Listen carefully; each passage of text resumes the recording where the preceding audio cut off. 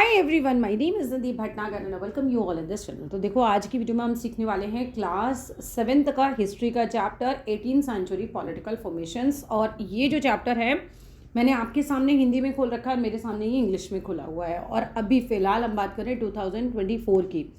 24 वाले टाइम पर जितना पोर्शन हमारा इंग्लिश वाले मीडियम में आ रहा है, हम केवल वही जो है इस वीडियो में डिस्कस करने वाले हैं। ठीक है, so coming to the first page जो कि सेम ही है हमारा। If you look at map 1 and map 2 closely, कि यदि आप मैप 1 को देखते हो और मैप 2 को देखते हो पास में, ठीक है, तो क्या होता है basically you will see something significant. तुम्हें कुछ बहुत ही ज़्यादा इंपॉर्टेंट चीज़ें नज़र आएंगी। ठीक है, तुम्हें मैप ये 1 अलग नज़र आ रहा है, मैप 2 में डिफरेंस नज़र आ रहा है सब कॉन्टिनेंट का during the first half of the 18th century. अब during the first half of the 18th century में ये सब चेंजेस आए थे। जब first half of 18th century यानी कि 18th सेंचुरी का जब लगभग पहला आधा पोर्शन हमारा निकल गया था, तब ये चेंजेस आए थे। Notice how the boundaries of Mughal empire were reshaped. हमें ये नोटिस करना है कि भाई इस वाले मैप में जो बाउंड्रीज हैं और वो इस वाले मैप में जो बाउंड्रीज हैं वो हमारी काफ़ी अलग अलग हो रही है। पहले मैप में और दूसरे मैप में बाउंड्रीज अलग हो रही हैं। बाउंड्रीज क्यों अलग हो रही है? क्योंकि जो सत्ता इनके हाथों में थी वो सत्ता अब उनके हाथों में उतनी नहीं है। नोटिस करना है हमें यही चीज़ बाउंड्रीज का बारे में। ठीक है, एंड रीशेप हुई था इमरजेंस ऑफ न्यू। अब क्यों आता है ये बाउंड्रीज, क्यों चेंजेस हुई थी? अगर ये क्वेश्चन आता है क्योंकि इंडिपेंडेंट किंगडम्स जो थे वो आ गए थे। तो हिंदी में भी पढ़ लेते हैं कि यदि आप मानचित्र 1 और 2 को ध्यान से देखेंगे तो आपको पता चल जाएगा कि 18वीं शताब्दी के पूर्वार्ध यानी कि जो स्टार्टिंग वाला जो 50% वाला पीरियड होता है उसका, तो सब कॉन्टिनेंट यानी उपमहाद्वीप में कुछ विशेष जो है परिवर्तन हुए थे। और गौर करना कि कई स्वतंत्र राज्यों का इससे उदय भी हुआ था। ऐसा इसलिए हुआ था कि बहुत नए नए जो है राज्य जो हैं वो आए थे। और मुगल साम्राज्य की सीमाएं किस तरह से बदली ये हमने देखा कि सीमाएं क्यों बदली, क्योंकि उनके साथ से सत्ता जा रही है और नए नए राज्य बन रहे हैं। कभी मराठा आ रहे हैं, सिख आ रहे हैं, इस तरीके से आप ये भी देखेंगे। अब क्या है कि बाय 1765 नोटिस करो हाउ अनदर पावर, दूसरी जो पावर थी the British has successfully grabbed.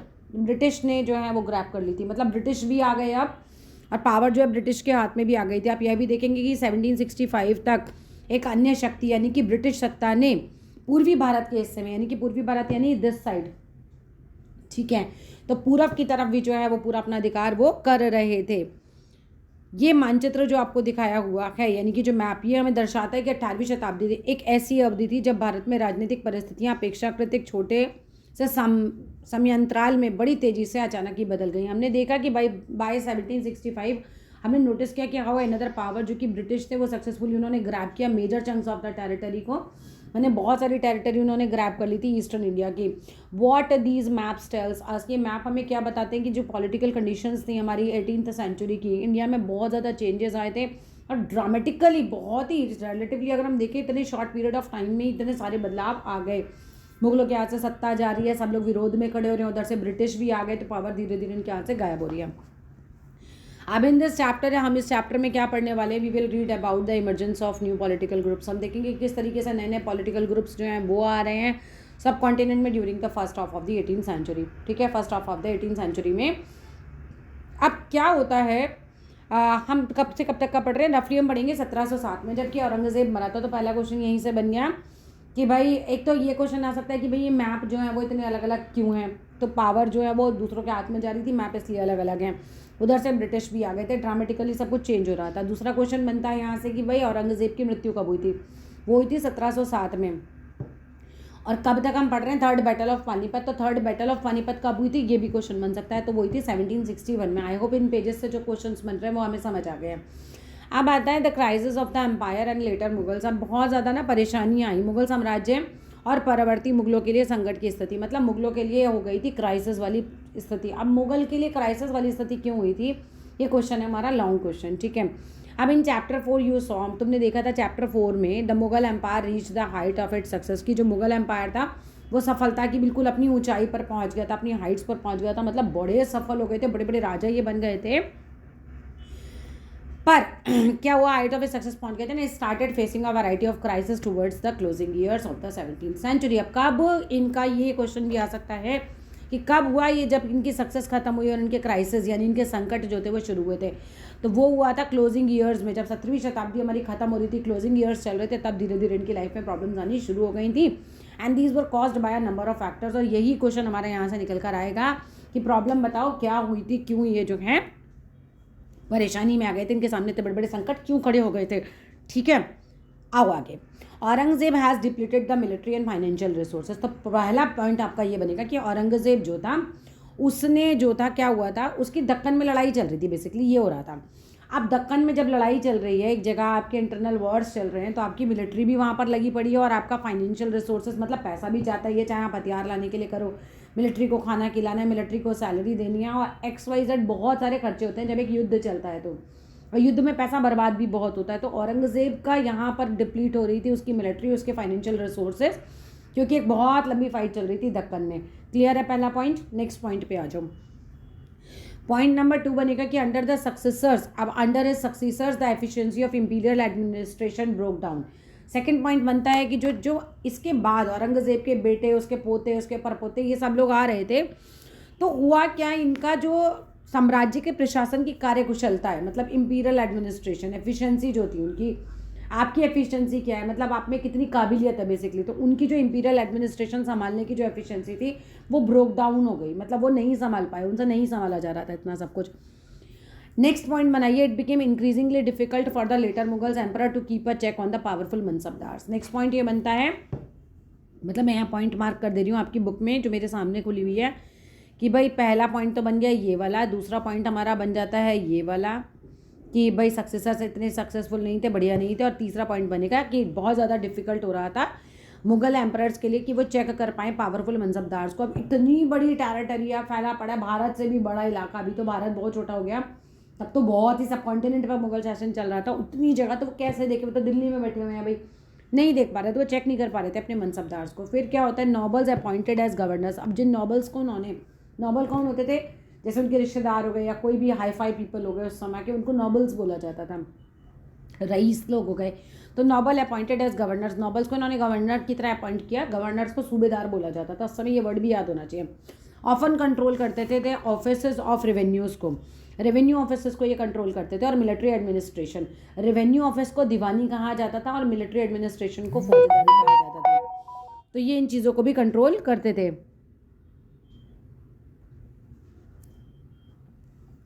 अब आपके पास रेवेन्यू वाला भी ऑफिस आ गया, आपके पास मिलिट्री वाला भी ऑफिस आ गया, तो दीवानी और फौजदारी दोनों आपके पास आ गए, तो आपके पास हो गई सारी पावर आपके हाथ में। अब इसी पॉइंट में हमें लिखना है कि this gave them extraordinary political, economic and military powers. अभी नॉबल्स के हाथ में, जो कि गवर्नर्स थे, उनके अपने हाथ में दीवानी और फौजदारी दोनों ही आ गई, इसकी वजह से उनके हाथ में पॉलिटिकल पावर आ गई, इकोनॉमिक पावर आ गई, मिलिट्री पावर आ गई, पूरे vast regions of the Mughal empire की। अब क्योंकि the governor consolidated their control over the provinces, the periodic remission of the revenue of the capital वो डिक्लाइन हो गया। चाहो तो पूरा पॉइंट एक ही पॉइंट में डाल देना। अब गवर्नर क्या कर रहे हैं, जब उसके हाथ में पॉलिटिकल, इकोनॉमिक और मिलिट्री पावर्स आ जाती हैं, तो वे कहते हैं कि भाई मैं आपको पैसा क्यों दूं, तो वो पैसा दे ही नहीं रहे मुगल एम्पायर के, वो पैसा जा नहीं रहा है, मतलब हायर ऑफिस में। तो जो रिमिशन ऑफ रेवेन्यू का मतलब होता है जो लगातार उनके पास जो पैसा आ रहा था, लगातार उनके पास जो पैसा जा रहा था सूबेदारी के रूप में उन्होंने, ठीक है यहाँ तो हो गया, तो जो राजधानी में पहुँचने वाले राजस्व था, जो लगातार आने वाला पैसा था, वो उनके पास अब पहुँच ही नहीं रहा, तो पैसे की कमी भी हो रही है वहाँ पे। अब आगे आ जाओ, एक और नेक्स्ट पॉइंट बनेगा कि peasants and zamindar rebellions in many parts of the northern and western India added to their problems. इनका भी एक प्रॉब्लम ऐड हो रहा है। अब यहाँ पर क्या हो रहा है कि उत्तर और पश्चिम भारत के जो बहुत सारे इलाके थे, बहुत सारे हिस्से थे, वहाँ पे जो जमींदार थे, वहाँ पे जो किसान थे, वे भी इनके विरुद्ध, राजाओं के विरुद्ध खड़े हो गए थे। इन्होंने भी विद्रोह कर दिया था और कृषक आंदोलनों ने इन समस्याओं को और भी गंभीर बना दिया था। अब कृषक आंदोलन क्या होता है, मतलब किसानों के द्वारा किए गए आंदोलन। The revolts were sometimes caused by the pressures of mounting taxes. और ये रिवॉल्ट हो क्यों रहे थे, ये तो यहाँ तक ही आएगा, मगर अब ये सोचो कि तुम जमींदार और किसान जो था वो क्यों इतना परेशानी कर रहा था, ये जमींदार इतना जो है ये रिवॉल्ट क्यों कर रहे थे, क्योंकि माउंटिंग टैक्सेस मतलब आप टैक्स बहुत ज़्यादा लगा रहे थे, इसके कारण ये सब चीज़ें आ रही थी। तो कभी कभी तो लिख रहे हैं ना, ये विद्रोह बढ़ते हुए करों के भार के विरुद्ध किए गए थे कि भैया आप बहुत ज़्यादा ही जो है हम पर टैक्स लगा रहे हैं। एट अदर टाइम्स कई बार क्या होता था, there were attempts by powerful chieftains, there were attempts by powerful chieftains to consolidate their positions. तो जो पावरफुल चिफ्टेंस हुआ करते थे उस समय, सरदार हुआ करते थे, मतलब कबीला होता था, कबीले के सरदार होते थे। सो कभी कभी तो ये विद्रोह टैक्स के कारण होता, तो कभी कभी शक्तिशाली सरदार जो थे के द्वारा अपनी स्थिति को सुदृढ़ बनाने की कोशिश की। भाई राजा के विरुद्ध आपने धावा बोल दिया, बोला नहीं मानते हम आपको, ठीक है। तो विद्रोह कर देते हैं ना लोग, तो ये विद्रोह ही था एक तरीके से। तो कुछ तो एक तो ये था कि आप टैक्स बढ़ा रहे हो, तो कुछ लोग तो इसके लिए विरोध कर रहे थे। कुछ जो लोकल चीफ्टेंस थे वो इसलिए कर रहे थे क्योंकि उन्हें अपनी पावर को कंसोलिडेट करना था, उन्हें अपनी पावर को मजबूत बनाना था, वो खुद में मजबूत बनना चाहते थे।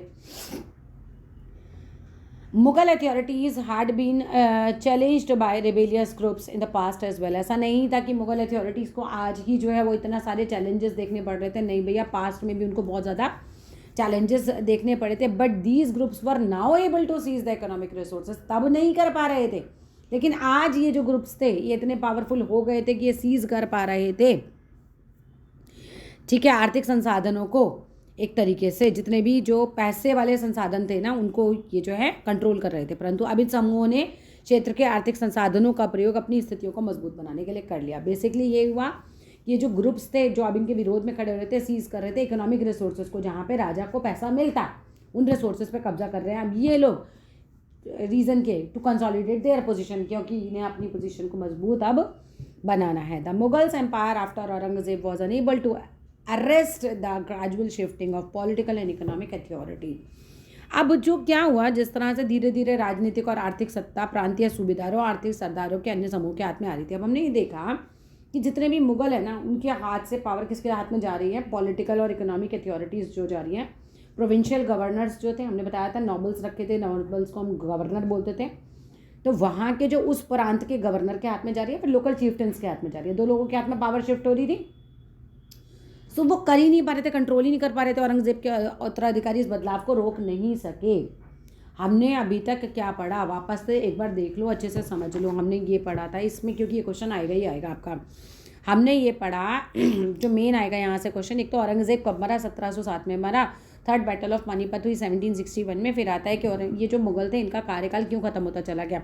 हमने ये पढ़ा कि एम्परर जो औरंगजेब थे, एक तो उनके बाद के जितने भी आ रहे थे वो सब, इनका दक्कन में युद्ध चल रहा था तो military powers, financial resources deplete हो रहे थे। दूसरा, इनके बाद के आने वाले जो थे वो इंपीरियल एडमिनिस्ट्रेशन उनका ब्रोक डाउन हो रहा था, संभाल नहीं पा रहे थे, बहुत ज़्यादा डिफिकल्ट हो गया था। मनसबदार पे नज़र रखना, फिर नॉबल्स अपॉइंट किए जो सरदार की तरह थे, तो नॉबल्स के हाथ में दीवानी फौजदारी दोनों डिपार्टमेंट आ गए, ये मजबूत हो गए। फिर हमने पढ़ा कि जो भी गवर्नर्स थे वो ये सब कुछ कर रहे थे अपनी पावर को कंसोलिडेट करने के लिए। फिर पीरियोडिक जो पैसा जा रहा था वो हेड ऑफिस वो भी नहीं जा रहा है। इधर पीजेंट जमींदार ये भी रिबेलियस हो गए हैं बहुत ज़्यादा, नॉर्थ और वेस्ट के।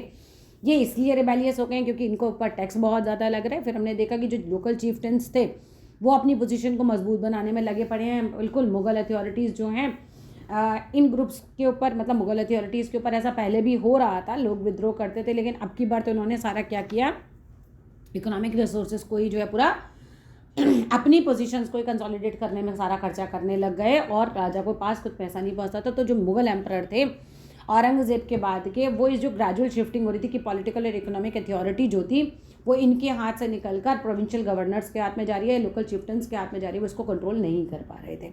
यहाँ तक का कंट्रोल हो गया कंप्लीट।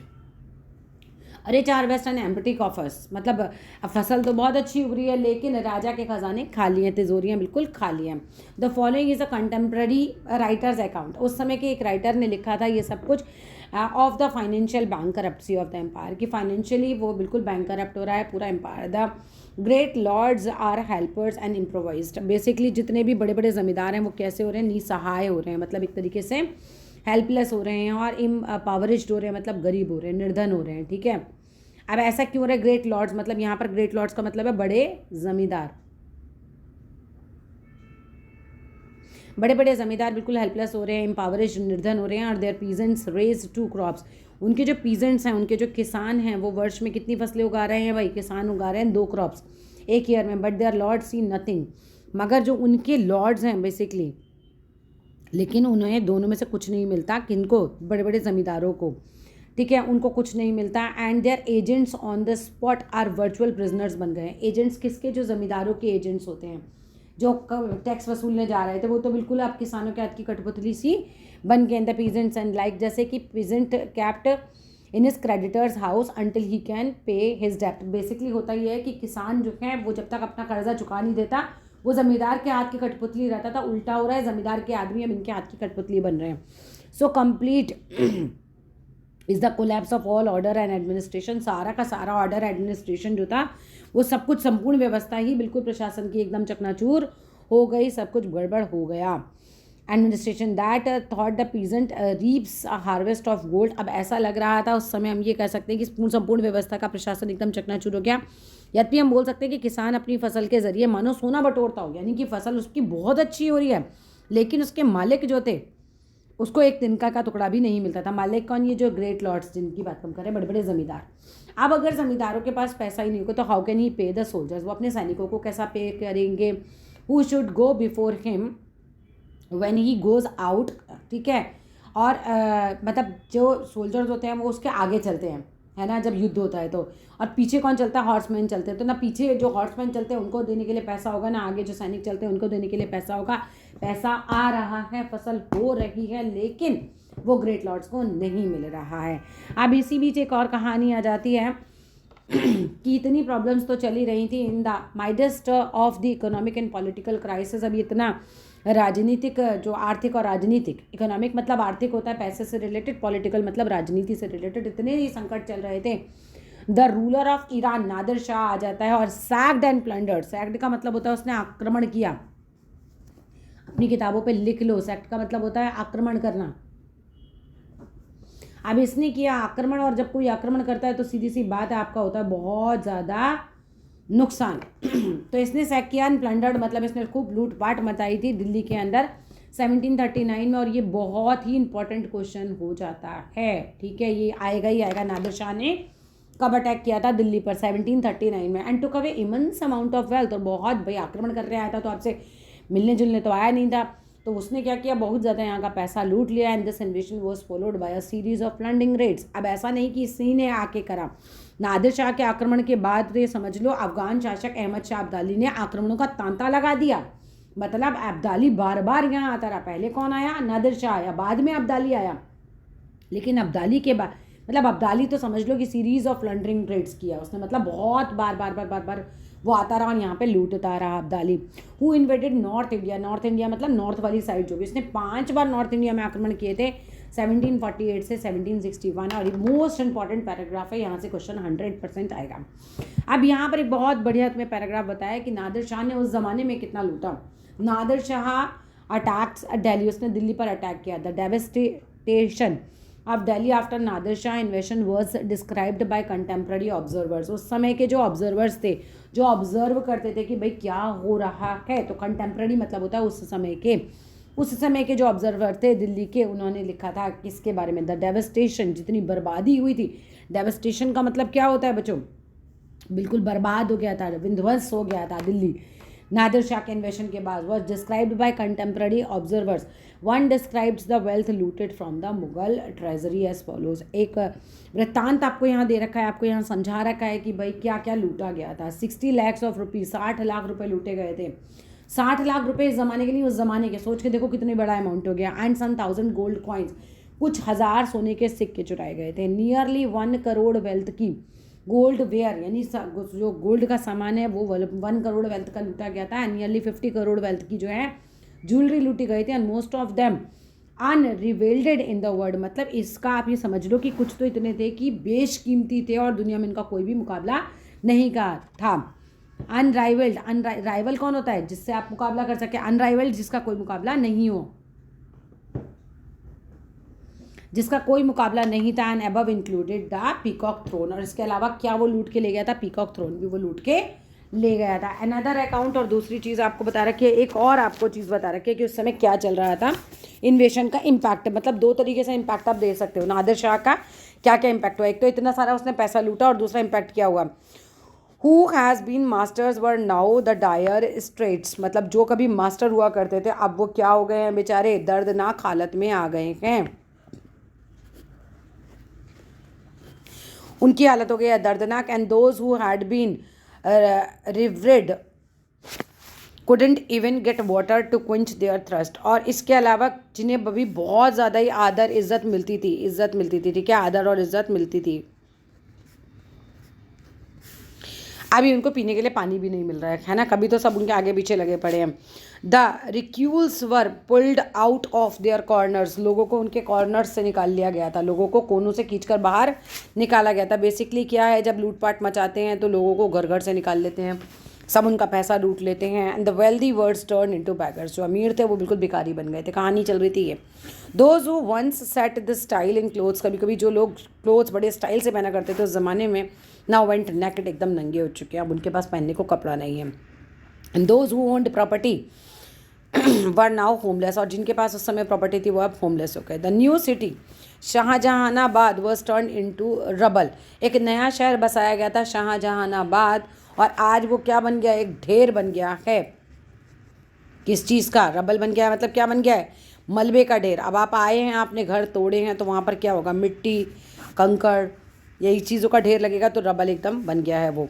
रबल का मतलब लिखो अपनी बुक्स में, RUBBLE, रबल का मतलब होता है मलबे का ढेर, मलबे का ढेर, वो जगह मलबे का ढेर बन गई। Then attacked the old quarters of the city, उन्होंने ओल्ड क्वार्टर्स का मतलब यहाँ पर पुराने मोहल्लों से, उन्होंने पुराने मोहल्लों पर एक तरीके से आक्रमण करा। And destroy a whole world, पूरा वर्ड मतलब उस समय की पूरी दिल्ली जो थी वो सब तहस नहस कर दी। एंड एग्जिस्टेड देयर, और फिर क्या क्या वो सब कुछ उन्होंने तबाह कर दिया, जो भी वहाँ पे एग्जिस्ट था, मतलब जो भी चीज़ें वहाँ पर थी वो अमला बोला, और वहाँ की सारी दुनिया ही तबाह कर डाली। अब नेक्स्ट पैराग्राफ पे आते हैं कि ऑलरेडी अंडर सीवियर प्रेशर चल रहा था सब कुछ ऑल साइड से, अब मुगलों के ऊपर सब तरीके से प्रेशर आ रहा है। नादिर शाह बाहर से आ रहा है, अहमद शाह अब्दाली बाहर से आ रहा है, अपने पीजन जमींदार के खिलाफ हो गए हैं, अपने गवर्नर के खिलाफ हो गए, अपने मनसबदार के खिलाफ हो गए, कुछ नहीं संभाल पा रहे हैं, तो इसलिए तो धीरे धीरे ये ख़त्म होते जा रहे थे। तो already under severe pressure from all sides the empire was further weakened होता चला गया by the competition amongst different groups of nobles. अब इन्होंने नोबल अपॉइंट कर रखे हैं और नोबल ही आपस में लड़ रहे हैं, नोबल्स का आपस में एक अपना कंपटीशन चल रहा है। मानो कि हमारे देश के प्रधानमंत्री हैं, उनकी पावर है, हमारे देश के सारे चीफ मिनिस्टर सब आपस में ही लड़ने लग जाएंगे तो देश कौन संभालेगा। तो यहाँ नोबल्स ही आपस में लड़ने लग गए। They were divided into 2 groups, nobles जो थे 2 ग्रुप्स में डिवाइड हो गए थे, एक तो ईरानी और दूसरे तुरानी। अब तुरानी किन को कहा जाता है ये भी क्वेश्चन आ सकता है। नोबल जो कि तुर्किश डिसेंट के थे, जो कि मतलब तुर्क मूल के थे, तुर्क में रहने वाले थे। फॉर अ लॉन्ग टाइम, बहुत लंबे समय तक क्या हुआ, later Mughal emperors were puppet in the hands of either.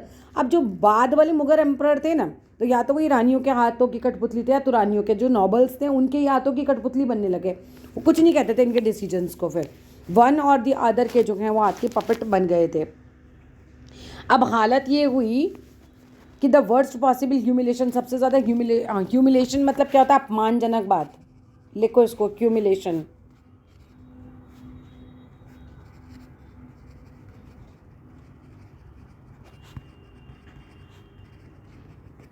सबसे ज़्यादा अपमानजनक बात ये हुई थी कि व्हेन 2 मुगल एम्परर्स, 2 मुगल राजा, कौन कौन से थे, बहुत इंपॉर्टेंट है, फर्रुखसियार जिनका टाइम था 1713 से 1719, और आलमगीर सेकंड जिनका टाइम था 1754 से लेकर 1759 तक, वर एसिनेटेड, मतलब एक तरीके से एसिनेटेड मतलब इन्हें मार ही दिया, इन्हें जान से मार दिया। सोचो, नोबल्स नहीं मार दिया, अपने ही इनके इतने खिलाफ हो चुके थे। एंड 2 अदर्स, एक तो थे अहमद शाह जिनका टाइम था 1748 से 54 तक, एंड दूसरा था शाह आलम सेकंड जिनका टाइम था 1759 से 1816 तक। वर ब्लाइंडेड, इन्हें अंधा कर दिया था, किन्होंने, उन्हीं के नोबल्स ने। Very important paragraph.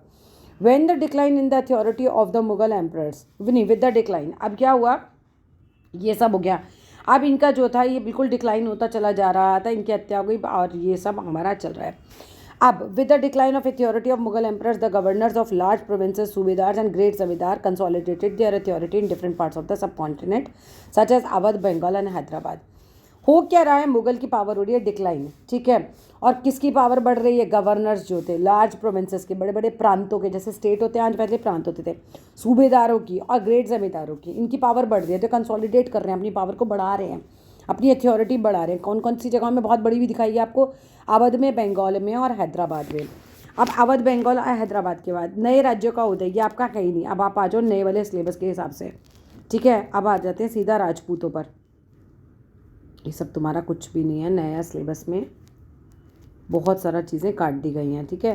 जैसे कभी किसी और वीडियो में कंप्लीट कर लेंगे। राजपूतों की वतन जागीर, द राजपूत किंग्स,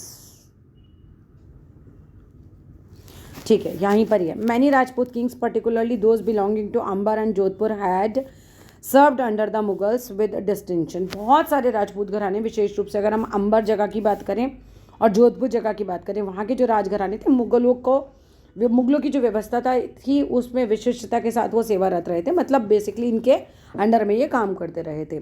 ठीक है, बहुत इन्होंने इनका किया। बट इन एक्सचेंज ये क्यों करते थे? राजपूत जो थे ये वाले अंबर या जोधपुर की अगर हम बात करें, मुगलों के अधीन क्यों थे, क्यों इनकी इतनी सेवारत थे ये? क्योंकि एक्सचेंज में क्या होता था, देवर परमिटेड, इनको परमिशन मिली हुई थी to enjoy considerable autonomy in their watan jagir. पहले के राजा वतन जागीर देते थे, इतना इलाका तुम्हारा है, तुम यहाँ से टैक्स वैक्स लो, तुम अपना राज्य चला, हो तुम हमारे अंडर में, लेकिन तुम अपने यहाँ के काम तुम संभालो और यहाँ से जो पैसा आ रहा है वो तुम ले लो। तो ये वतन जागीरें इन्हें मिली हुई थी। तो ये लोग सोचते थे राजपूत लोग कि ठीक है, अपना क्या जा रहा है, अपने को तो काम बन ही रहा है ना, तो इसीलिए ये इनका सेवा रहते थे इनके under. In the 18th century these rulers now attempted to extend their control. लेकिन आते आते क्या हुए, राजपूतों को भी लगा कि भाई साहब इसकी क्यों सुननी है, इसकी पावर तो धीरे धीरे वैसे ही कम हो रही है। तो फिर क्या किया इन्होंने, अटैम्प्ट किया, कोशिश किया एक्सटेंड करने का अपना कंट्रोल, जो एडजेसेंट रीजन्स थे, जो उनके आसपास के रीजन थे। कुछ एग्जाम्पल बताया, जैसे अजीत सिंह जो रूलर थे जोधपुर के, was also involve in the fractional politics in the Mughal court. Mughal court में एक फ्रैक्शनल मतलब एक तरीके से राजनीति चल रही थी, गुट बन रहे थे राजा के दरबार में, गुटिया राजनीति हो रही थी। उसने कहा कि भैया ये सब भी राजा के विरोध में हैं, तो क्यों ना मैं भी ऐसा करूं और फिर मैं भी खुद ही राजा बन जाऊं। These influential Rajput families claim the subedari of rich provinces of Gujarat and Malwas. अब ये जो प्रभावशाली राजपूत घराने थे जिनकी हम ऊपर बात कर रहे हैं, उन्होंने गुजरात और मालवा के लाभदायक सूबों की सूबेदारी का दावा किया। सूबेदार को बहुत पावर मिल जाती थी, बहुत पैसा मिलता था, तो उन्होंने कहा कि यहाँ की सूबेदारी आप हमें दे दीजिए, बेसिकली ये जगहों पे हमें कंट्रोल दीजिए, गुजरात पे और मालवा पे। Raja Ajit Singh of Jodhpur held the governorship of Gujarat. तो फिर उसके बाद ये हुआ भी, राजा अजीत सिंह को जोधपुर के वो गवर्नरशिप उनको मिल गई। ठीक है, और क्या मिल गया, राजा सवाई जय सिंह को Amber was the governor of Malwa, तो वो बन गए मालवा के गवर्नर। पढ़ो, इन प्रभावशाली राजपूत घरानों ने गुजरात और मालवा के लाभदायक सूबों की सूबेदारी का दावा किया। इन्होंने कहा कि हमें दी जाए। जोधपुर के राजा अजीत सिंह को गुजरात की सूबेदारी मिली और अंबर के सवाई राजा जय सिंह को मालवा की सूबेदारी मिल गई। तो ये चीज़ें भी हो गई। द नेक्स्ट बात में है ये एम्परर जहांदार शाह ने 1713 they also tried to extend their territory. सब मिल रहे कर रहे हैं तो मैं भी बहती गंगा में हाथ धो लूँ। तो इन्होंने, ये भी एक राजा थे, इन्होंने कहा, जहांदार शाह ने 1713 में इन पदों का कुछ नवीनीकरण इन्होंने किया। बादशाह जहांदार शाह ने 1713 में इन राजाओं के पदों का नवीनीकरण किया। नहीं, इन्होंने गंगा में हाथ नहीं धोए, इन्होंने राजाओं को ये पद का नवीनीकरण किया कि आपको यहाँ का पद दे देते हैं, आपको वहाँ का पद दे देते हैं। मतलब आप दिल्ली में तो आपको लखनऊ दे देते हैं, आप लखनऊ में तो आपको दिल्ली दे देते हैं। कुछ पदों का नवीनीकरण इन्होंने किया था। They also try to extend their territories by seizing portions of imperial territories neighbouring their watans. अब क्या होता था, वतन जागीर मिलती थी, राजपूतों की बात हमने ये करी थी। इन्होंने क्या किया, अपने वतनों के पास पड़ोस के शाही इलाकों के भी कुछ हिस्सों पर कब्जा करना शुरू कर दिया था। जोधपुर राजघराने के नागौर को इन्होंने जीत लिया और अपने राज्य में मिला लिया। ठीक है, नागपुर वॉज कनकर्ड, नागपुर जीत लिया गया था। एनेक्स, इसे कब्जा कर लिया गया था to the house of Jodhpur. कहाँ मिला लिया, जोधपुर में मिला लिया। वाइल अंबर को सीज किया गया लार्ज पोर्शन ऑफ बूंदी। अंबर ने सीज किया लार्ज पोर्शन ऑफ बूंदी का, ये भी एक जगह है। दूसरी ओर अंबर ने भी बूंदी के बड़े बड़े हिस्सों पर अपना कब्जा कर लिया। मतलब अब ये हो रहा है कि राजपूत मान लो सेंटर में, तो आजू बाजू के इलाके भी वो जीतने की कोशिश कर रहे हैं और अपने अंदर मिलाने की कोशिश कर रहे हैं। सवाई राजा जयसिंह ने जयपुर में अपनी नई राजधानी स्थापित करी। सवाई राजा जयसिंह ने founded his new capital at Jaipur and was given the subedari of Agra in 1722। Sawai Raja Jai Singh ने जयपुर में अपनी नई राजधानी बना ली थी और उसे 1722 में आगरा की सूबेदारी दे दी गई। ठीक है, इन्हें मतलब किसको, सवाई राजा जयसिंह को, इन्हें 1722 में आगरा की सूबेदारी भी दे दी गई थी। 1740 के दशक में राजस्थान के मराठों के अभियानों ने इन राजवाड़ों पर भारी दबाव डालना शुरू किया। अब क्या हो रहा है, मराठा कैंपियंस स्टार्ट हो गए। मराठा कैंपियंस इनटू राजस्थान, मराठा आ रहे हैं, आक्रमण कर रहे हैं। From the 1740 put severe pressure, और बहुत ज़्यादा इन पर प्रेशर आया। इनटू द प्रिंसिपैलिटीज़, जो इनके प्रिंसिपैलिटीज़ हैं, मतलब इनके जो है 1740 के दशक में राजस्थान के मराठों के अभियानों ने रजवाड़ों, प्रिंसिपैलिटीज़ मतलब होता है रजवाड़े, इनके रजवाड़ों पर बहुत ज़्यादा दबाव डाला। अनचेक्ड देयर फर्दर एक्सपेंशन, जिससे उनका अपना विस्तार आगे रुक गया, एक तरीके से चेक्ड हो गया, एक तरीके से रुक गया। ये रोकने की कोशिश, मतलब ये लोग तो फैलाने की कोशिश कर रहे थे, लेकिन जब मराठा आक्रमण हुआ तो इनकी पावर वहाँ, एनर्जी वहाँ लगने लग गई, तो ये आगे बढ़ा नहीं पा रहे। अब समझ में आ गया। अब यहाँ आ जाइए, साइड एक पैराग्राफ दे रखा है, many Rajput chieftains built a number of forts. बहुत सारे राजपूत जो थे, सरदार जो थे, चिफ्टन्स कौन होते हैं? सरदार। इन्होंने क्या किया? Build a number of forts, बहुत सारे किले बनाए on hill tops which became a centre of power. और ये क्या बन गए थे? सत्ता का केंद्र बन गए थे। व्यापक किलेबंदी के साथ इन भव्य संरचनाओं ने नगर, महलें और मंदिर, व्यापारिक केंद्र, जल संग्रहण संरचनाएं और अन्य इमारतें यहाँ पर होती थी। अच्छा, क्या चीज़ें क्या क्या बनवाई थी इन्होंने, ये चीज़ दिखा रखी है।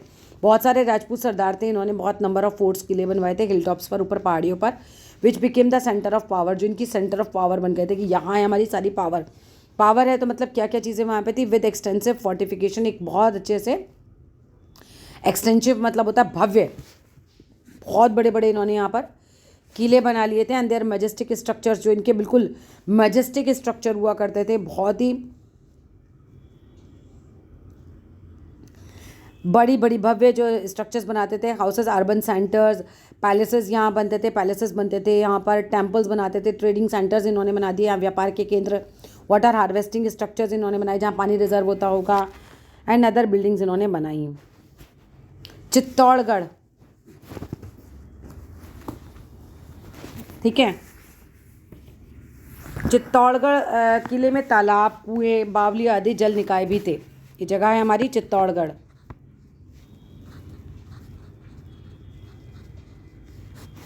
तो यहाँ पर तालाब भी बनाए गए थे, यहाँ पर कुंडी यानी वेल्स भी बनाए गए थे, यहाँ पे बाउलीज जो होते थे, स्टेप वेल्स होती थी, मतलब नीचे उतर कर जाओ और वहाँ पे पानी होगा।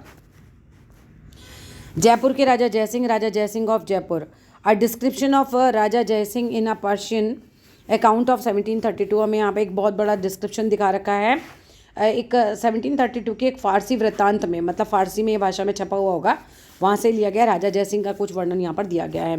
राजा Jai Singh was at the height of his power. Raja Jai Singh जो थे अपनी पावर में बिल्कुल टॉप पे थे, इनके पास बहुत पावर थी। He was the governor of Agra for 12 years. वो 12 साल के लिए गवर्नर रहे थे। एंड फॉर मालवा के लिए वो 5 से 6 साल तक गवर्नर रहे थे। ही पोजेस्ड अ लार्ज आर्मी, उनकी बहुत ज़्यादा बड़ी आर्मी थी, उन्होंने बहुत ज़्यादा आर्मी रख रखी थी। आर्टिलरी थी एंड ग्रेट, उनके पास वेल्थ थी। आर्टिलरी का मतलब क्या होता है? तोपखाने, विशाल सेना थी। और आर्टिलरी वर्ड का मतलब लिखिए तोपखाने, मतलब सोचो एक राजा के पास इतनी तोपें भी होंगी, तभी तो तोपखाने बने हुए हैं वहाँ पे। His sway extended from Delhi to banks of the Narmada. उनका स्वय मतलब एक तरीके से क्या है? उनका प्रभाव, स्वय मतलब होता है प्रभाव, उनका इन्फ्लुएंस जो था वो दिल्ली से लेकर नर्मदा नदी के तट तक पूरा फैला हुआ था, यहाँ तक कि जब इनकी पावर चलती थी। जयपुर के जंतर मंतर की तस्वीर है, ये पिक्चर एग्जाम में आनी है। ये मराठा फोर्ट है जोधपुर, ये समझ लो कि जो पिक्चर्स तुम्हें दिखा रखी है ना सारी, इन्हें अच्छे से रट लेना। पिक्चर आपको दिखा रखी है ना, एक ये वाली पिक्चर दिखा रखी है, एक ये जंतर मंतर की दिखा रखी है, ठीक है। अब यहाँ आ जाओ ये वाली बात। Sawai Jai Singh the ruler of Amber constructed 5 astronomical observatories. अब जो अंबर के शासक थे सवाई जयसिंह, उन्होंने क्या किया? दिल्ली, जयपुर, उज्जैन, मथुरा और वाराणसी में 5 खगोलीय क्या होता है? वेधशालाएं, जो तारे, चांद, सितारे, इस सब चीज़ों को जो है स्टडी करते हैं। इस तरह की एस्ट्रोनॉमिकल ऑब्जर्वेटरीज उन्होंने खुलवाई थी दिल्ली, जयपुर, उज्जैन, मथुरा और वाराणसी में। ये याद कर लेना, commonly known as Jantar Mantar. इनको हम जंतर मंतर के नाम से जानते हैं। These observatories as various instruments यहाँ पर रखे हुए हैं जो स्टडी करते थे हेवनली बॉडीज़ की, ठीक है। तो ये पेज भी होता है हमारा अब ख़त्म। अब आ जाते हैं हम सिखों के पास, सीजिंग इंडिपेंडेंस। अब इनको आज़ादी चाहिए, आज़ादी हासिल करना। आज़ादी चाहिए किससे? मुगलों से, ठीक है, आज़ादी हासिल करना। The Sikh, the organisation of the Sikh into a political community during the 17th century. अब अध्याय 8 में हमने पढ़ा कि 17वीं शताब्दी के दौरान सिख एक राजनीतिक समुदाय के रूप में गठित हो गए थे। पहले सिख जस्ट एक कॉमन पीपल हैं, ठीक है, सबकी तरह हैं, लेकिन अब इन्होंने अपने ग्रुप बनाने शुरू किए, उन्होंने अपनी पावर को कंसोलिडेट करना शुरू किया और एक पॉलिटिकल कम्युनिटी बन के आ गए कि हम भी हैं, हम भी पावर में हैं। कौन है? हम सिख हैं और हम भी पावर में। एक पॉलिटिकल कम्युनिटी के रूप में सामने आए थे। The organisation of the Sikh into a political community बनी अभी during the 17th century. Chapter 6 में आपने देखा था। Help in the regional state building in Punjab. अब जानते हो पंजाब में सिख आज भी बहुत ज़्यादा है, तो इस तरीके से इन्होंने क्या किया, इससे पंजाब के जो क्षेत्रीय राज्य निर्माण को काफ़ी ज़्यादा बढ़ावा मिला था। ठीक है, क्षेत्रीय मतलब एक क्षेत्र जो कि एक निश्चित कम्युनिटी वहाँ पर रह रही है, वो कौन थी, सिख। ठीक है, सेवरल बैटल्स वर फॉट, बहुत सारे युद्ध लड़े गए थे गुरु गोविंद सिंह के द्वारा against Rajput and Mughal rulers, क्योंकि राजपूत अपना पावर बढ़ा रहे थे, मुगल अपना घटने नहीं दे रहे थे। तो ये लोग सिख जो है, क्योंकि इनको अपनी पावर चाहिए, अब ये पॉलिटिकल कम्युनिटी के रूप में सामने आ रहे हैं, तो ये लोग बहुत युद्ध लड़ रहे थे। बोथ, अब क्या हुआ था बाद में, Mughal rule both before and after the institution of Khalsa 1699। वापस पढ़ो, सेवरल बैटल्स वर फॉट बाय गुरु गोविंद सिंह, बहुत सारे युद्ध लड़े गुरु गोविंद सिंह जी ने। खालसा 1699 में बना था, एक इंस्टीट्यूशन है खालसा, 1699 में बना। अब खालसा के पहले भी और खालसा के बाद भी ये युद्ध चलते रहे, राजपूतों के और मुगलों के साथ सिखों के युद्ध चलते रहे। The Khalsa rose in revolt against the Mughal authority, नहीं, after the death in 1708, after his death, death किसकी हुई है 1708 में, गुरु गोविंद सिंह जी की, इंपॉर्टेंट डेट है ये। The Khalsa rose in revolt, Khalsa ने विद्रोह कर दिया था मुगल अथॉरिटी के खिलाफ अंडर द बंदा बहादुर लीडरशिप। मैं जब गुरु गोविंद सिंह जी मरे तो सेकंड लीडर आया बंदा बहादुर। ठीक है, बंदा बहादुर जी जब आए तो इनकी लीडरशिप में युद्ध लड़े गए and declare there sovereign rule by striking coins, और इन्होंने कैसे कहा कि हमारा रूल चलेगा इस जगह पर, इन्होंने अपने कॉइन्स निकाले in the name of Guru Nanak and गुरु गोविंद सिंह जी के नाम पर, एंड इस्टेब्लिश कर लिया देयर ओन एडमिनिस्ट्रेशन। भाई देखो, मेरे देश में मेरी करेंसी चलती है, ठीक है, पाकिस्तान में कोई और करेंसी चलती है, उनकी चलती है। ऐसे ही इन्होंने भी अपने कॉइन निकाल लिए और कहा कि यहाँ हमारा एडमिनिस्ट्रेशन चलेगा। कहाँ से कहाँ तक, between the Sutlej and the Jamuna, यानी कि यमुना नदी के बीच में। बंदा बहादुर वॉज कैप्चर्ड इन 1715। अब पहले तो गुरु गोविंद सिंह जी को मार दिया गया था, और उसके बाद में जब गुरु गोविंद सिंह जी की डेथ हो गई थी, उसके बाद पता नहीं कैसे मरे थे, खैर इसमें दे नहीं रखा चैप्टर में, तो मत लगाना अपने पास से। तो गुरु गोविंद सिंह जी की डेथ के बाद अब जब बंदा बहादुर जी ने सब सारी कमान संभाल ली खालसा की, तो 1715 में इन्हें भी एग्जीक्यूट कर दिया गया था, नहीं, इन्हें पकड़ा गया था 1715 में, और 16 में इन्हें मार दिया गया था। आई होप यहाँ तक क्लियर है। 18वीं शताब्दी में कई योग्य नेताओं के नेतृत्व में सिखों ने अपने आप को पहले जत्थों में और बाद में मिसलों में संगठित किया। देखो, under the number of able leaders, बहुत काबिल लीडर आ गए थे अब सिखों के पास भी। और 18th सेंचुरी तक आते आते, इन द 18th सेंचुरी में कह सकते हैं, द सिख ने ऑर्गेनाइज कर लिया था अपने आप को नंबर ऑफ बैंड्स, जिन्हें हम जत्था बोलते हैं। जत्था क्या हो गया, बहुत सारे सिख मिले तो हमारा एक अलग जत्था है, दूसरे सिख मिले उनका हमारा एक अलग जत्था है, ऐसे जत्थे बने। और क्या बने थे हमारे, मिसल बने थे, जत्था और मिसल्स बन गए। अब जत्थे और मिसल समझ लो ग्रुप ऑफ पीपल ही सिखों के राजनीतिक संगठन के रूप में आ ही रहे हैं सामने कि भाई हमारी पावर चलनी चाहिए। Their combined forces were known as grand army, इसे दल खालसा कहा जाता था। अब जत्था और मिसल दोनों को मिला दो तो क्या बन गया, दल खालसा बन गया। क्या बन गया, दल खालसा बन गया। The entire body used to meet, अब ये जो जत्थे थे, मिसल थे, यानी कि दल खालसा जो थे, ये लोग मिलते थे अमृतसर में बैसाखी पर और दिवाली में, एंड कलेक्टिव डिसीजंस ये लोग लेते थे। ठीक है, एज रिसोल्यूशंस ऑफ द गुरुमत्था।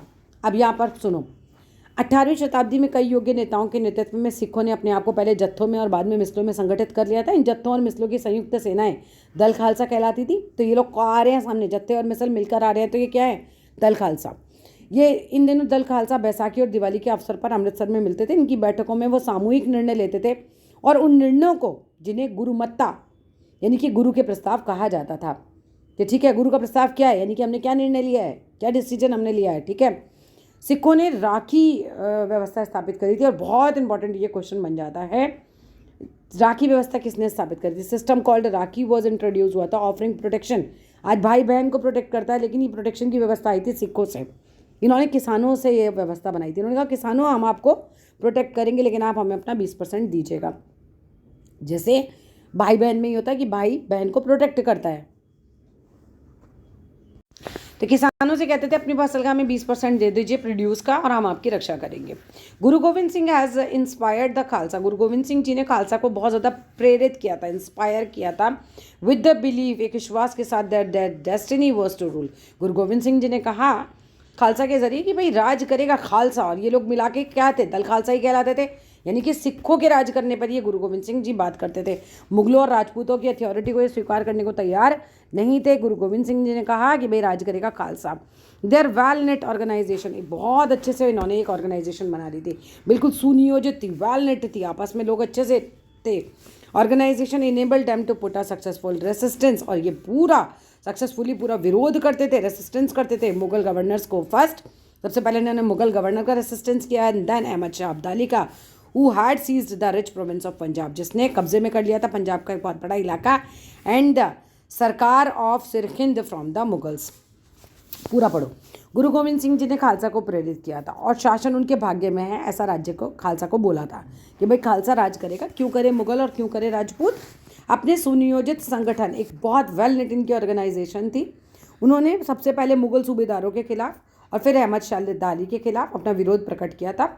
मुगलों के खिलाफ तो थे ही है, अहमद शाह अब्दाली उन्होंने नाम भी बताया हुआ है, ठीक है। अहमद शाह अब्दाली ने मुगलों से पंजाब का समृद्ध प्रांत और सरहिंद की सरकार को अपने कब्जे में ले लिया था, इसलिए इनके खिलाफ थे।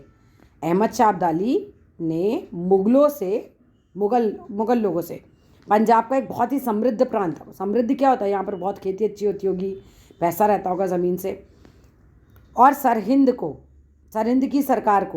की सरकार को अपने कब्जे में ले लिया था। तो ये अहमद शाह अब्दाली के भी खिलाफ हो गए थे। मुगल और अहमद शाह अब्दाली दोनों अलग अलग क्यों बताया गया? क्योंकि अब्दाली ने ही मुगलों से पंजाब का प्रांत छीन लिया था लड़के। मुगलों के अंदर ही लोग लड़ रहे थे, मुगलों से ही भी लड़ रहे थे, ये भी चल रहा था।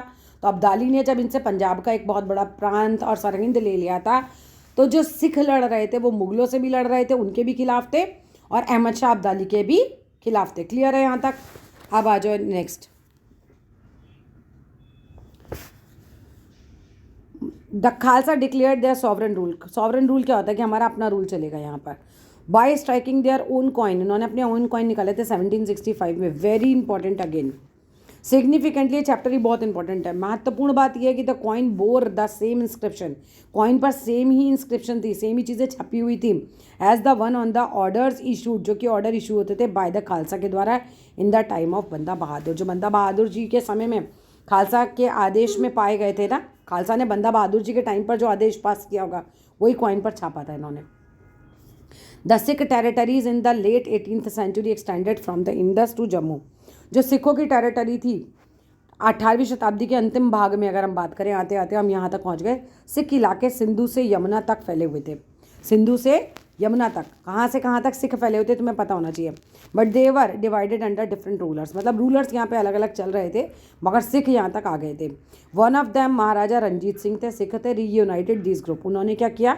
इन सिखों के ग्रुप को रीयूनाइट किया and establish his capital at Lahore in 1799। और बंदा ये रणजीत सिंह जी ने अपनी कैपिटल बनाई थी लाहौर को 1709 में, नहीं 1799 में, ठीक है। बहुत इंपॉर्टेंट है। अब सिखों को हमने पढ़ लिया, दल खालसा के बारे में हमने पढ़ लिया, इन्होंने कॉइन निकाले वो पढ़ लिया, ये मुगलों के खिलाफ हो गए थे ये पढ़ लिया, राजपूतों के खिलाफ हो गए ये पढ़ लिया। इन्होंने कहा कि राज हम करेंगे, दूसरे क्यों करें, हम पर राज, ठीक है।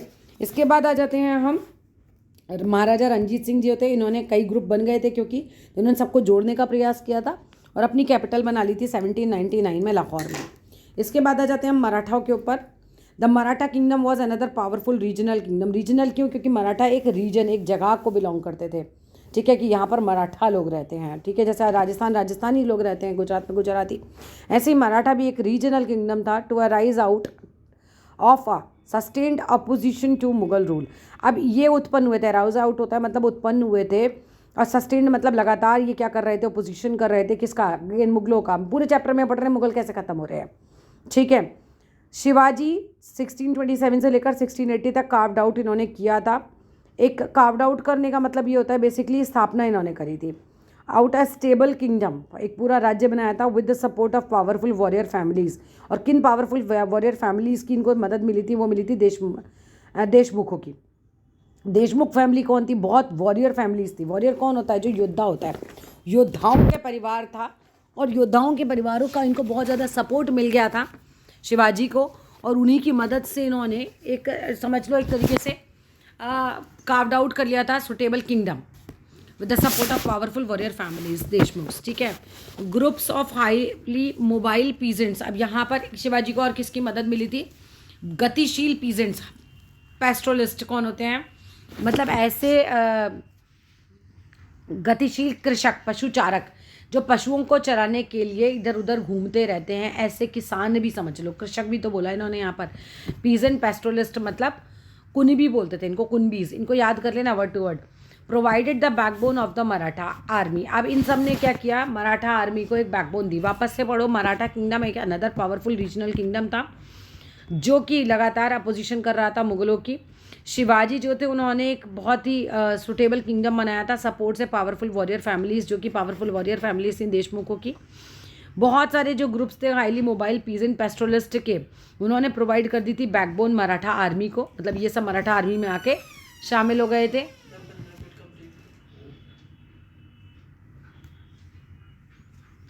After Shivaji's death, Shivaji used these forces to challenge the Mughals. Shivaji use करते थे इन फोर्सेस को कि वो मुगल्स को चैलेंज करते थे। भाई शिवाजी को आर्मी क्यों चाहिए, क्योंकि वो चैलेंज करें, किसको चैलेंज करते थे, मुगलों की आर्मी को। किस साइड की बात चल रही है, पेनिनसुला की बात चल रही है, यानी कि नीचे की तरफ बात कर रहे हैं हम भारत के।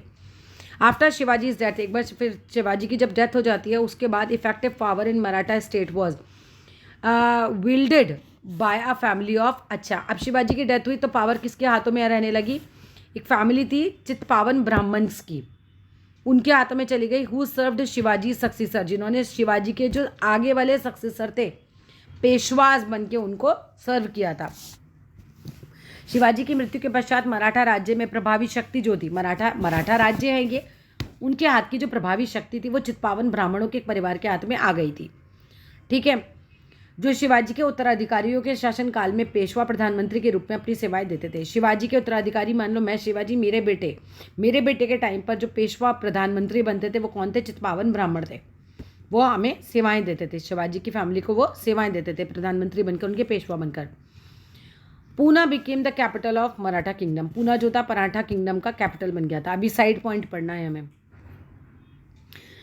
Towards the end of the 17th century, जब 17वीं शताब्दी का अंत आता है, एक powerful state started emerging. Powerful state जो है इमर्ज होना, उसका उदय होना शुरू हो जाता है इन द डेक्कन क्षेत्र में, under the leadership of Shivaji के लीडरशिप में, which family led to the establishment of the Maratha state finally led to the establishment of the Maratha state. और धीरे धीरे क्या होता है, मराठा स्टेट जो है उसकी स्थापना हो जाती है।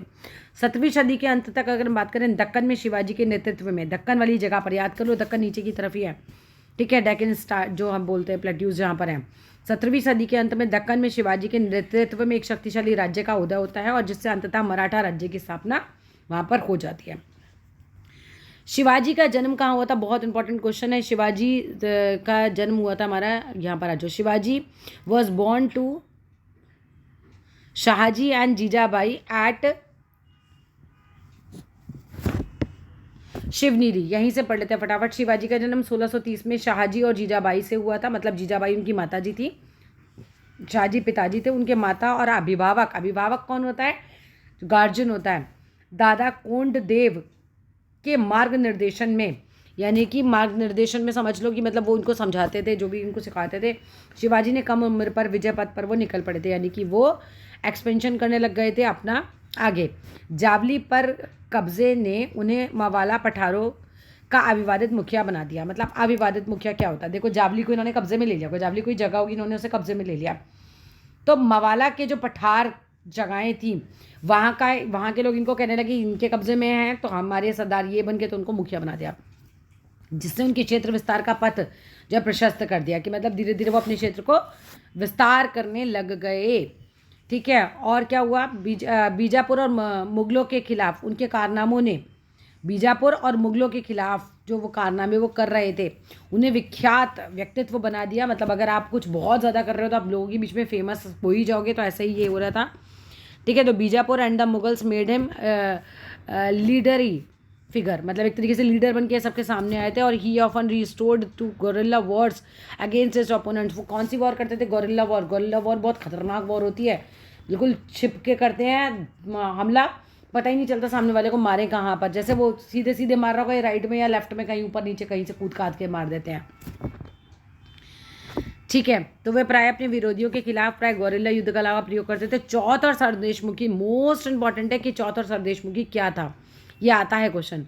पर आधारित राजस्व संग्रह प्रणाली की सहायता से उन्होंने मजबूत मराठा राज्य की नींव रखी। एक तरीके का टैक्स लेते थे चौथ और सतदेशमुखी, जिससे हम अभी आगे पढ़ेंगे अगले पेज पर, ठीक है। तो ये इन पैसों से इन्होंने पूरा राज्य को संगठित कर लिया था शिवाजी ने। यहाँ तक पढ़ने के बाद आ जाते हैं अंडर द पेशवा। पेशवा के अंडर में द मराठा डेवलप्ड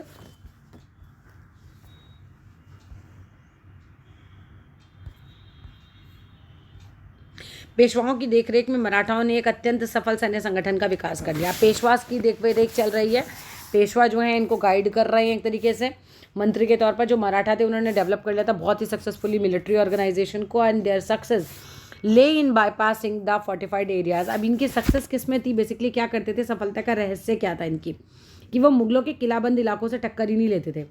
मतलब यहाँ पर किले बने हुए हैं तो ये अंदर नहीं जा रहे हैं, तो क्या करेंगे फिर, ये क्या करते थे, बाईपास कर देते थे, वहाँ से साइड से निकल जाते थे और रेड डालते थे सिटीज़ पर, मतलब शहरों में आक्रमण करते थे जाके, and engaging Mughal armies in areas where the supply lines and reinforcement could be easily disturb.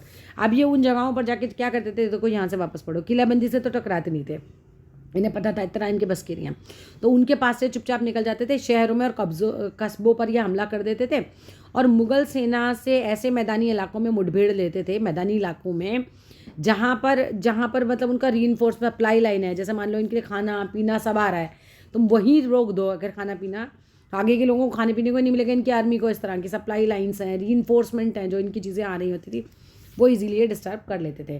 तो किलों पर नहीं कर रहे हैं, कहाँ कर रहे हैं, सिटीज़ पर आक्रमण करते थे और एंगेज कर देते आर्मीज़ को, कि जहाँ पर सप्लाई लाइन्स थी, रीइंफोर्समेंट था, उसको पूरा ही डिस्टर्ब कर लेते थे। कौन डिस्टर्ब कर लेते थे, मराठा। किसकी निगरानी में, पेशवास की निगरानी में। क्लियर है यहाँ तक। बिटवीन 1720 से लेकर 1761 तक मराठा एम्पायर एक्सपेंड होता चला गया, मराठा एम्पायर भी फैलता चला गया। It gradually chipped away at the authority of the Mughal empire. इन्होंने क्या किया, क्षति पहुंचाई, ग्रेजुअली मतलब धीरे धीरे, और चिप्ड अवे मतलब क्या किया, क्षति पहुंचाई, नुकसान पहुंचाया अथॉरिटी को, किसकी, मुगल एम्पायर की। Malwa and Gujarat were seized. Malwa और गुजरात को इन्होंने छीन लिया था फ्रॉम द मुगल्स। मुगलों से इन्होंने मालवा और गुजरात को छीन लिया। अब मुगल कितने परेशान हो गए, हर तरफ से परेशान चल रहे हैं वो। मालवा गुजरात उन्होंने छीन लिया था by the 1720s। By the 1730s आते आते क्या हुआ, the Maratha king was recognised as the overlord of the entire Deccan peninsula. अब डेक्कन पेनिनसुला पे पूरा मराठों का राज हो चुका है और यहाँ पर मराठों ने अपनी पावर को स्थापित कर लिया है, इतना तुम्हें याद होना चाहिए। He possess the right to levy chauth and sardeshmukhi in the entire region. उन्होंने कहा कि हम चौथ और सरदेशमुखी दो चीज़ें लगाएंगे जैसे आप टैक्स लगाते हो। सबसे पहले चौथ और सरदेशमुखी देख लेते हैं। चौथ क्या होता है, 25% of the land revenue claimed by zamindars in the Deccan, this was collected by the Marathas. Maratha collect करते थे जमींदारों द्वारा वसूले जाने वाले भू राजस्व का 25%। जमींदार किसान से टैक्स लेता है, जमींदार के पास 100 रुपये टैक्स का आया तो जमींदार को 25 रुपये मराठाओं को देना है। जमींदारों के पास जो टैक्स पहुंचा उसका 25% ये ले रहे हैं। सरदेशमुखी क्या है, 9 से 10% of the land revenue paid to the head revenue collector in the Deccan. Deccan के मुख्य राजस्व संग्रहकर्ता को दिए जाने वाले भू राजस्व का 9 से 10% हिस्सा। डेक्कन इलाके में जो मुख्य राजस्व संग्रह करता है, जो संग्रह करने वाला व्यक्ति है, ठीक है, जो उसको पैसा मिलता है भू राजस्व का, उसका 9 से 10% मराठा लेने लगे थे एज अ सरदेशमुखी। तो ये तुम्हें बहुत अच्छे तरीके से याद करना है, मोस्ट इंपॉर्टेंट, और ये पेपर में आएगा। आफ्टर रेडिंग दिल्ली, दिल्ली पर रेड डालने के बाद, नहीं यहाँ पर एक पीछे रह गया है पैराग्राफ। बाजीराव प्रथम, ये रहा, Bajirao first also known as Bajirao Ballal was the son of Peshwa Bajirao Vishwanath. अब इनके बारे में हिंदी में ही पढ़ लेते हैं फटाफट। बाजीराव प्रथम, जो बाजीराव बल्लाम के नाम से भी जाने जाते हैं, पेशवा बालाजी विश्वनाथ के पुत्र थे। वे एक महान मराठा सेनापति थे। इनके ऊपर शॉर्ट नोट आ सकता है लिखने के लिए। उन्हें विंध्य के पार मराठा राज्य के विस्तार का श्रेय मिलता है, मतलब इन्होंने भी मराठा राज्य की किंगडम को फैलाव का एक्सपेंड किया था। Maratha kingdom beyond the Vindhyas and known for military campaigns. अपने सैन्य अभियानों को, मतलब सेना लेकर जाते थे, अभियान चलाते थे बहुत ज़्यादा, उसके लिए जाना जाता है। अगेंस्ट मालवा, किस किस के खिलाफ इन्होंने युद्ध लड़े थे, मालवा, बुंदेलखंड, गुजरात, पुर्तगालियों के खिलाफ सैन्य अभियान के लिए भी इन्हें जाना जाता है। तो इनके ऊपर शॉर्ट नोट आए तो लिख देना।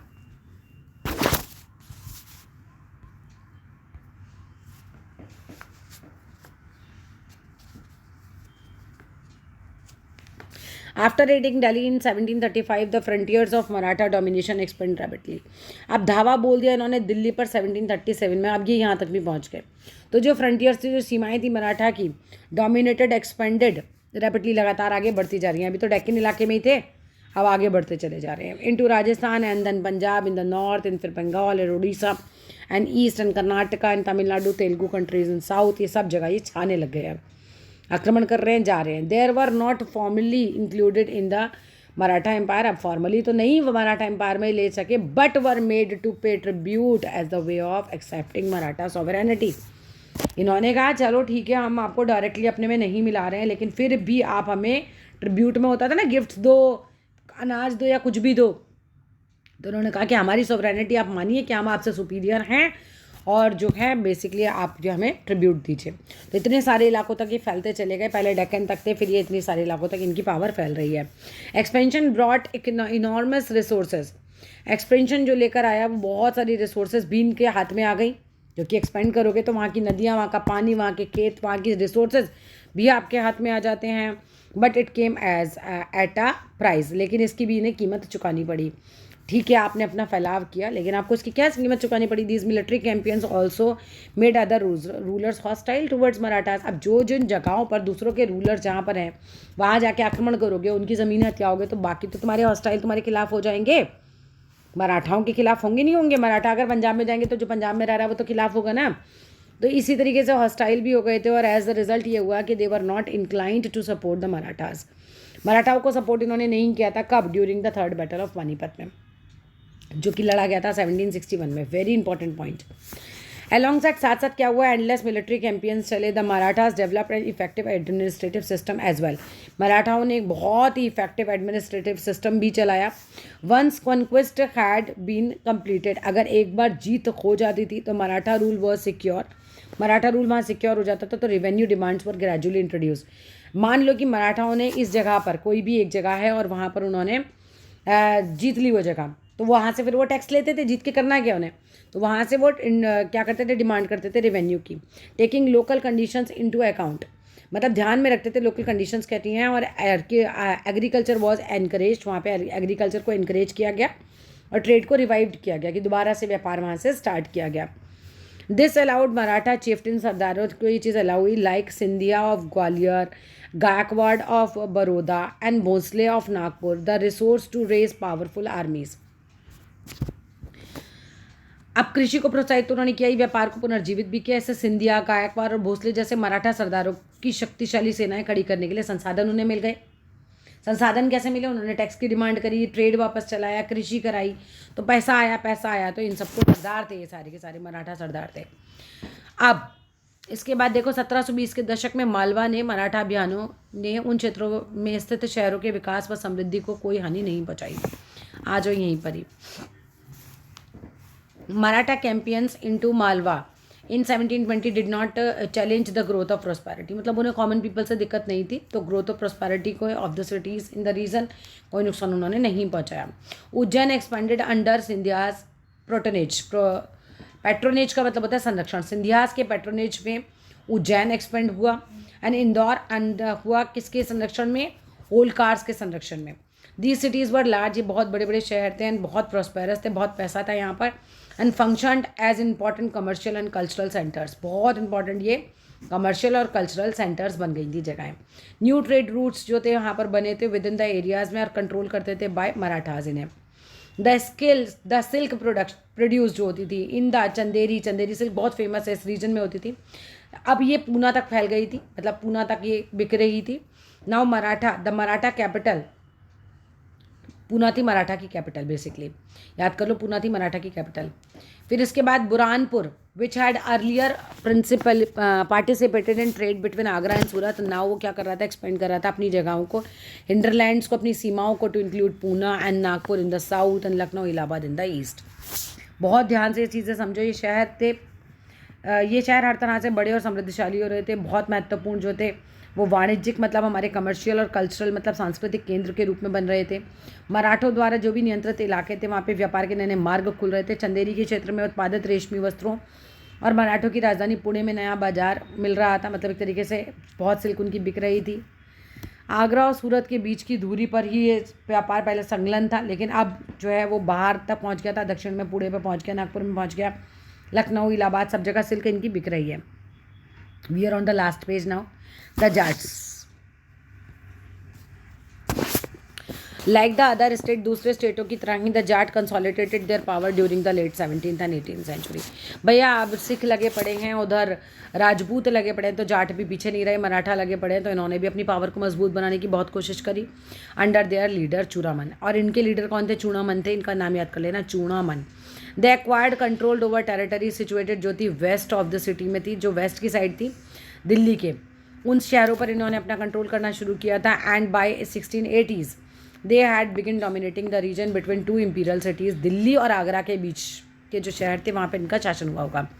देखो, अन्य राज्यों की तरह जाटों ने भी 17वीं और 18वीं शताब्दी में अपनी सत्ता को बहुत सुदृढ़ किया। अपने नेता चूड़ामन के नेतृत्व में उन्होंने दिल्ली के पश्चिम में स्थित क्षेत्रों पर अपना नियंत्रण स्थापित किया। पश्चिम में, दिल्ली के पश्चिम में 1680 के दशक आते आते उनका प्रभुत्व दिल्ली और आगरा के दो शाही शहरों के बीच के क्षेत्र पर होने लगा। वस्तुतः कुछ अरसे के लिए वे आगरा शहर के अभिरक्षक भी बन गए थे, कुछ टाइम के लिए वर्चुअल अभिरक्षक बन गए थे, इसके कस्टोडियंस बन गए थे, लेकिन ऐसा नहीं था कि इनका बहुत ज़्यादा राज चला। The Jats for prosperous agriculturist, Jat तो भाई किसान ज़्यादा थे। एंड टाउन्स लाइक पानीपत में, बल्लभगढ़ में काफ़ी ज़्यादा इंपॉर्टेंट ट्रेडिंग सेंटर्स बन गए थे इन एरिया के, डोमिनेटेड बाय देम, इनसे डोमिनेट हो रहे थे ये जगह। Under Surajmal the kingdom of Bharatpur emerge as a strong state. Surajmal के किंगडम में हम सब कह सकते हैं कि जो भरतपुर था बहुत ही, सुनो आगे, सूरजमल के राज में भरतपुर जो था शक्तिशाली राज्य के रूप में उभरा। भरतपुर बहुत ही शक्तिशाली बन गया था। वह नादिर शाह ने सेक्ड किया था, दिल्ली पर आक्रमण किया था, जब दिल्ली पर 1739 में many of the cities nobles took refuge there, बहुत सारे लोग यहाँ पर आकर रहे थे, रिफ्यूजी बने थे दिल्ली से।